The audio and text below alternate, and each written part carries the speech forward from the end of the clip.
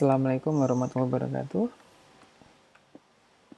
Kali ini saya akan memberikan tips menghadapi UTS Menkeu. Jadi di sini saya hanya akan memberikan tips dan trik dalam menghadapi dari persiapan sampai dengan nanti bagaimana kita bisa mengevaluasi atas apa yang sudah kita kerjakan di dalam UTS Menkeu. Yang pertama, disclaimer saya adalah ini bukan kisi-kisi, ini hanya tips dan trik menghadapi ujian Menkeu, kemudian sedikit review materi yang akan diujikan dalam manajemen keuangan. Oke, ada 3 bagian yang akan saya bahas. Yang pertama adalah mengenai persiapan ujian, kemudian yang kedua adalah pada saat ujian, yang ketiga adalah selesai ujian. Oke, kita mulai yang pertama, yaitu persiapan ujian. Sebenarnya dalam menghadapi ujian itu yang paling pas adalah kita bisa belajar dari pekan pertama sampai dengan pekan terakhir, sehingga nanti pada saat mau ujian kita sudah siap. Jadi tidak perlu kita melakukan SKS atau apapun, yang pasti karena kita sudah belajar dari awal sampai dengan akhir. Kita tinggal hanya melakukan review dan latihan soal saja. Sehingga di sini setelah kita bisa mendalami materi dari pekan 1 sampai pekan ke-7, dan ini biasanya tidak bisa dilakukan dalam satu kali belajar atau tidak bisa atau tidak efektif kalau misalnya dilakukan dengan sistem SKS. Jadi artinya dalam waktu yang masih tersisa di sini silakan Anda mencoba mendalami lagi materi dari pekan 1 sampai dengan pekan terakhir, kemudian latihan soal-soal yang ada baik dari dosen sendiri maupun dari dosen yang lain. Silakan Anda cari soal-soal yang sebanyak-banyaknya. Anda bisa melihat dari soal-soal tahun sebelumnya yang sudah Anda bisa lihat di bit.ly garis miring ujian lalu, ya Anda bisa lihat di sana. Dari beberapa tahun yang lalu Anda bisa melihat soal-soal bagaimana tipikal soal dari ujian Menkeu. Kemudian dari soal-soal yang sudah Anda dapatkan, silakan Anda minta solusi manualnya dari teman atau dari dosen bila ada setelah Anda mengerjakan soalnya. Oke, jadi nanti bisa untuk melakukan cross-check. Tapi ingat, Anda harus mengerjakan soal terlebih dahulu, baru Anda bisa minta solusi manualnya, karena akan tahu apakah jawaban Anda itu sudah benar atau tidak. Dan pelajari berulang-ulang. Jadi kalau kita melihat kesuksesan seseorang itu berasal dari kontinuitas, ya kita di sini harus continue untuk mempelajari berulang-ulang. Sehingga kita akan biasa, kita akan paham, dan mungkin bahkan kita bisa menjadi ahli karena kita bisa belajar ulang-ulang dari materi yang ada. Kemudian belajar bareng dengan teman, tapi tetap jaga jarak aman, atau Anda bisa melakukan video conference atau melakukan sosial media, misalnya menggunakan WhatsApp, Telegram, dan lain sebagainya, yang bisa digunakan sebagai sarana untuk belajar yang efektif. Oke, misalnya mengerjakan soal, tentu kemudian salah satu teman nanti juga akan mengerjakan, kemudian kita bisa melakukan cross-check masing-masing, mana yang benar, mana yang salah. Kemudian kalau misalnya tidak ada yang berbeda, bisa didiskusikan bersama. Kemudian tanya materi yang tidak dimengerti, kalau misalnya dari langkah pertama sampai dengan langkah yang belajar bareng ternyata masih ada materi yang tidak dimengerti, maka silahkan Anda bisa tanya ke teman yang mungkin dirasa paling pintar, atau langsung ke dosen Anda. Dan yang berikutnya, jangan belajar SKS, karena tadi yang pertama adalah kondisi tidak akan fit waktu ujian. Yang kemudian, karena kondisi tidak fit, ada kemungkinan apa yang sudah Anda hafalkan, Anda sudah belajarkan, itu menjadi lupa. Oke, kemudian sebelum ujian juga siapkan aplikasi atau bagaimana cara melakukan hash dan PDF converter. Anda bisa melihat caranya di bit.ly cara hash ya. Atau Anda bisa melihat dari panduan bagaimana cara mengerjakan soalnya. Oke. Kemudian kita masuk ke saat ujian. Pada saat ujian, pertama kali kita harus berdoa sebelum ujian biar hati kita tenang, diberikan kelancaran, kita dengan berdoa. Kemudian pastikan peralatan tulis-menulis itu tersedia dari kertas HVS, A4, atau FLIT sesuai dengan aturan yang sudah diberikan oleh lembaga. Kemudian HP atau laptop yang digunakan untuk melihat soalnya dan untuk submit jawaban. Kemudian kalkulator dan yang pasti sambungan internet. Kemudian siapkan buku modul atau bahan ajar kertas kerja apabila diperlukan dan apabila memang dibolehkan oleh soal. Kalau misalnya dikatakan open book ya, silakan Anda siapkan buku atau modul bahan kerja, bahan ajar atau kertas kerja apabila yang diperlukan. Yang pasti adalah buku atau modul di sini ini sebenarnya digunakan untuk melakukan konfirmasi. Kalau misalnya ada soal, kemudian Anda kerjakan, ada konfirmasi benar nggak atau salah. Anda bisa ngecek di buku atau modul. Tapi ingat, biasanya kalau misalnya open book, soalnya biasanya akan lebih banyak. Ya, jadi ada kemungkinan untuk membuka, ya, kemudian Anda belajar dari modul yang ada baru melakukan menulis jawaban akan memakan waktu yang lama sehingga nanti tidak akan selesai. Jadi siapkan tetap Anda harus dalami materi, kemudian belajar, banyak latihan sehingga nanti pada waktu ujian Anda sudah bisa mengerjakan soal tanpa harus membuka buku. Buku modul itu hanya digunakan untuk konfirmasi jawaban. Kemudian tunggu password ya dari pihak yang akan membagikan untuk bisa membuka soal. Kemudian setelah dapat membuka soal, pelajari dan baca dengan cermat petunjuk ujiannya. Oke. Apakah boleh menggunakan pensil, apakah tidak boleh menggunakan pensil, lalu seperti apa, itu ada di bagian petunjuk soal. Kemudian jangan lupa tulis identitas dengan lengkap, misalnya nama kelas, NPM, nomor absen dengan jelas. Yang silakan Anda lihat materi, biasanya yang saya minta adalah kerjakan materi yang paling Anda kuasai. Kayak misalnya case 1, Anda kerjakan terlebih dahulu, baru case 3, dan seterusnya. Dan apabila mentok, silakan Anda lanjutkan ke nomor yang lain dulu yang menurut Anda mampu dikerjakan dan membutuhkan waktu yang tidak terlalu lama untuk berpikir. Itu yang Anda pastikan. Kenapa? Karena ada kepastian benar dapat poin daripada Anda cari-cari, ternyata yang lain malah nggak dikerjakan, Anda fokus ke nomor itu saja. Di sini adalah efisiensi dan efektivitas dalam mengerjakan soal. Oke, kemudian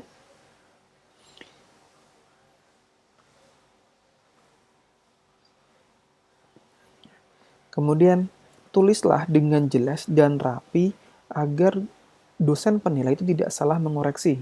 Jadi pastikan bahwa Anda mengerjakan dengan tulisan yang jelas dan rapi. Oke, biar ini tidak ada salah mengoreksi. Biasanya nanti kalau misalnya tidak jelas, ya ada kemungkinan dosen itu akan menilai dengan salah.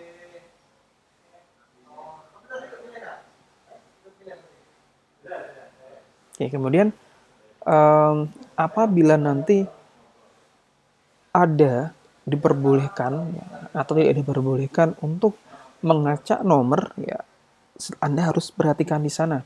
Boleh nggak kalau misalnya saya mengerjakan dari nomor 5 dulu? Kalau misalnya harus urut, maka nanti Anda harus mengerjakan tetap dari yang paling mudah, tapi Anda kasih space tempat yang cukup untuk mengerjakan soal tersebut. Oke, jadi baca dengan baik dan benar dan cermat terkait dengan petunjuk ujiannya. Kemudian Anda kerjakan. Oke, jangan sampai lupa, tulislah dengan jelas dan rapi. Berikutnya setelah selesai ujian, pastikan sekali lagi bahwa identitas itu sudah tertulis dengan benar, jangan sampai lupa. Kemudian baru Anda foto, kemudian Anda scan, kemudian convert ke PDF. Pastikan hasil scan-nya itu dapat dibaca. Lihat ukuran file apakah sudah sesuai dengan kriteria atau sesuai dengan aturan. Kemudian kalau misalnya ukuran filenya sudah oke, kemudian hasilnya sudah oke, Anda boleh melakukan hash. Baru setelah melakukan hash, Anda boleh submit ke sistem yang telah disediakan. Waktu hash tidak terlalu lama, hanya sekitar 20 menit, jadi pastikan pada saat Anda memfoto, kemudian convert ke PDF, pastikan bahwa PDF yang sudah di-convert Anda lihat lagi. Oh, sudah bisa dibaca. Kalau misalnya orang tua membaca, karena nanti yang akan mengecek pertama kali dilihat dari pihak BHK. Jadi misalnya kalau ada pihak senior, termasuk saya kalau misalnya tulisannya nggak jelas ya, saya akan salahkan karena nggak benar atau salahnya saya nggak yakin, yang daripada saya ragu ya, saya akan kurangi poinnya. Jadi jangan sampai tulisan Anda itu tidak bisa terbaca. Jadi harus waktu di hash itu pastikan itu kualitas hasil PDF itu bisa dibaca. Kemudian ukuran filenya juga sudah sesuai. Oke, kemudian setelah semua disubmit ke dalam sistem, Anda bisa melakukan evaluasi mandiri. Biasanya Anda bisa melakukan evaluasi setelah Anda submit atau setelah ujian semuanya selesai, Anda bisa melakukan evaluasi apakah kemungkinan nilai saya bagus atau kurang. Dari sana nanti Anda bisa melakukan prepare untuk bagian kedua atau setelah UTS. Saya harus bisa siap dan mulai belajar saat minggu ke-8 itu dimulai. Saya harus sudah siap. Jadi waktu kuliah Anda memang niat untuk mendalami materi. Oke, yang pasti persiapkan dan belajar sedini mungkin. Itulah beberapa tips ya dan trik bagaimana kita mengerjakan soal di manajemen keuangan. Kemudian saya akan sedikit melakukan review materi yang akan diujikan di UTS. Yang pertama, di pertemuan pertama kita belajar mengenai finance dan financial market, kemudian financial instrument ya. Di finance dan financial market kita belajar konsep finance, kemudian 3 decision yang perlu dilakukan oleh financial manager, kemudian 5 prinsip dasar finance, ya itu harus Anda pahami. Oke, kemudian financial market, financial instrument, ya. Dari financial market itu ada capital market, kemudian ada money market, ya. Financial instrument ada yang sifatnya debt, ada yang sifatnya equities, ya Anda harus paham apa saja itu. Kemudian mengenai capital market, kemudian intermediary, ya terkait dengan financial market, ya itu harus Anda pahami. Dan Anda bisa menyebutkan contoh-contohnya. Ya, selain pemahaman konsep, Anda juga harus bisa memahami contoh-contohnya. Berikutnya mengenai analisis kinerja perusahaan. Jadi, di dalam analisis kinerja perusahaan di pertemuan kedua, kita diajarkan untuk menilai mengenai kinerja performance, kemudian menilai posisi keuangan perusahaan, apakah sehat, apakah bagus, dan lain sebagainya. Itu menggunakan beberapa ukuran dari common size, kemudian menggunakan rasio, menggunakan trend analysis, ya, kemudian melakukan benchmarking, itu harus Anda pahami. Jadi kalau common size itu hanya dalam membentuk posisi keuangan dan laporan laba rugi, itu dalam bentuk persentase tertentu. Kalau financial position terhadap total aset, sedangkan kalau laba rugi persentase terhadap pendapatan, ya Anda ngerjain seperti itu.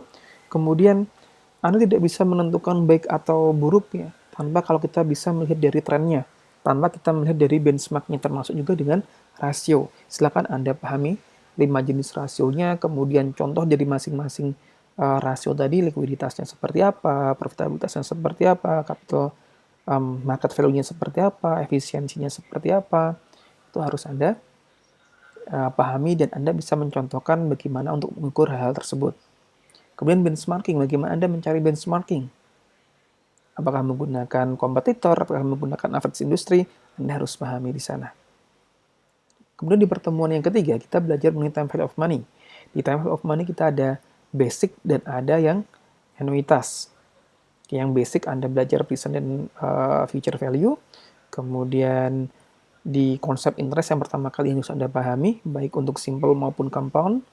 Kemudian untuk anuitas, ya, ada ordinary dan due annuity. Kemudian ada perpetuity, ada yang ordinary perpetuity, ada growth perpetuity. Kemudian ada loan amortization. Kemudian Anda juga belajar mengenai kompleks cash flow. Ya. Kemudian juga Anda belajar mengenai nominal, real, dan inflation rate, yaitu belajar mengenai Fisher effect. Oke. Berikutnya di pertemuan keempat ya, Anda belajar mengenai risk and return trade-off. Di sini Anda belajar yang pertama Anda menghitung berapa risk and return dari single asset, yang kedua Anda belajar bagaimana menghitung risk and return pada portofolio. Jadi di sini yang perlu Anda pahami adalah bagaimana kita bisa menerjemahkan atas hitungan expected return, kemudian hitungan standar deviasi, ya, dalam memilih mana yang paling menguntungkan bagi investor. Okay. Di sini Anda nanti akan belajar menghitung risk and standar deviasi, kemudian menghitung expected return, realized return, kemudian juga belajar mengenai konsep efektif market hypothesis, kemudian membedakan penggunaan arithmetic dan geometric return, kemudian Anda belajar mengenai historical financial market, ya, secara historis itu seperti apa, ya ada beberapa simpulan yang Anda harus pahami di sana. Kemudian juga belajar mengenai determinan stock price, apa yang menentukan naik turunnya sebuah harga saham. Kemudian di portofolio, selain belajar sama dengan yang di atas, menghitung risk dengan standar deviasi, menghitung expected return, ya, kemudian juga menghitung realized return-nya seperti apa, kemudian juga belajar mengenai resiko. Resikonya di sini kita akan melihat dari sistematik maupun unsystematic risk. Kemudian juga kita belajar mengenai beta, ya, beta aset, beta saham, bagaimana kita menghitung betanya, ya, kemudian arti dari beta itu apa, dan juga nanti kita akan belajar mengenai capital asset pricing model. Itu model untuk menghitung return on common stock itu dari sisi capital asset pricing model. Di sini ini akan belajar mengenai security market lain juga atau SML. Oke, nanti silakan Anda baca-baca.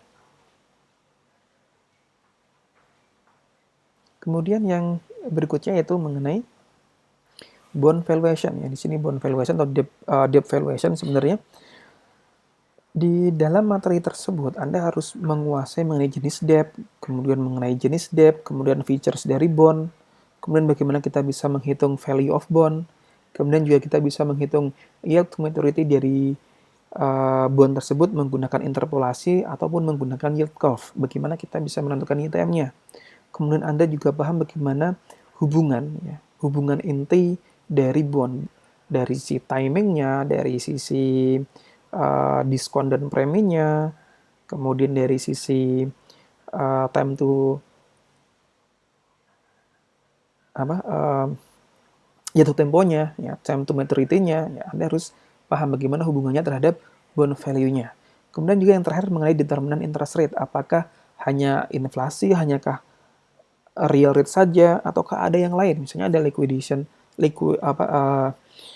premium, kemudian ada default premium, dan lain sebagainya. Itu harus Anda pahami terkait dengan apa yang menentukan interest rate. Ya, pertemuan yang keenam yaitu mengenai stock valuation.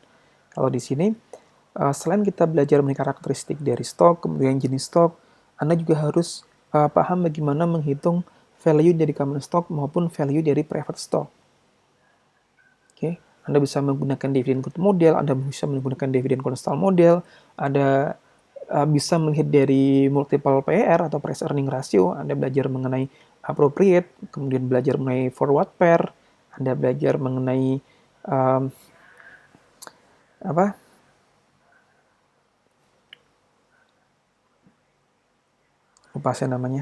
model lain dari penghitungan ekuitas. Anda bisa melihat dari standar penilaian Indonesia, ya, mungkin hanya di kelas saya yang sedikit saya ulas ya mengenai free cash flow for equity maupun free cash flow for firm, ya, dengan merujuk pada standar penilaian Indonesia di 30. Oke, tapi ini tidak diujikan yang SPI di sini. Nanti Anda akan dapat FCFE, FCFE itu nanti di analisis laporan keuangan di tingkat 3. Oke, untuk yang multiple pair di sini ya, kita menggunakan paper S1 ya. Apa artinya multiple pair di sana nanti Anda bisa pahami, Anda bisa lihat buku, Anda bisa flashback ke materi saya ya. Bedain antara multiple pair, appropriate pair, kemudian ada forward pair, ada trailing pair, yaitu bagaimana membedakannya. Kemudian apa yang menentukan besar kecilnya atau naik turunnya dari price earning ratio. Kemudian bagaimana kita bisa menghitung return on common stock. Oke. Kita juga kembali lagi ke capital asset pricing model. Kemudian untuk preferred stock ya, bagaimana kita bisa melakukan penghitungan dari value of bond, ya, kemudian bagaimana kita bisa menentukan RPS-nya dari mana. Kalau misalnya preferred stock-nya tidak dijual di pasar, gimana kita bisa menentukan RPS-nya. Itu ada di materi stock valuation. Dan yang terakhir adalah mengenai bagian capital budgeting yang pertama, yaitu mengenai investment decision criteria. Di sini kita belajar metode apa saja yang dapat digunakan untuk memberikan keputusan apakah menerima sebuah proyek atau menolak sebuah proyek.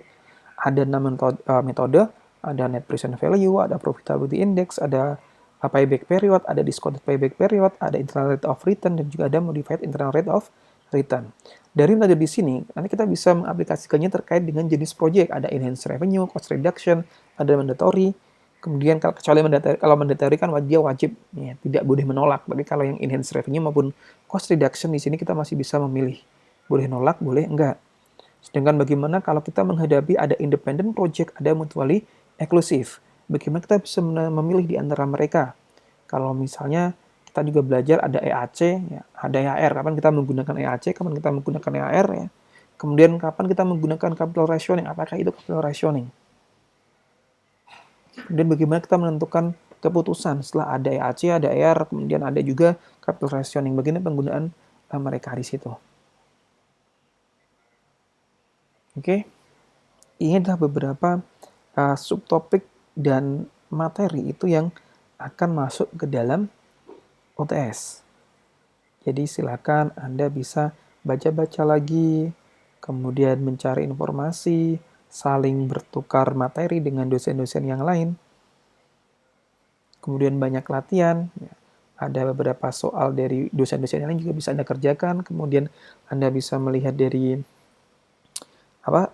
soal-soal tahun sebelumnya. Silakan dipelajari. Oke, saya cukupkan. Terima kasih. Wassalamualaikum warahmatullahi wabarakatuh.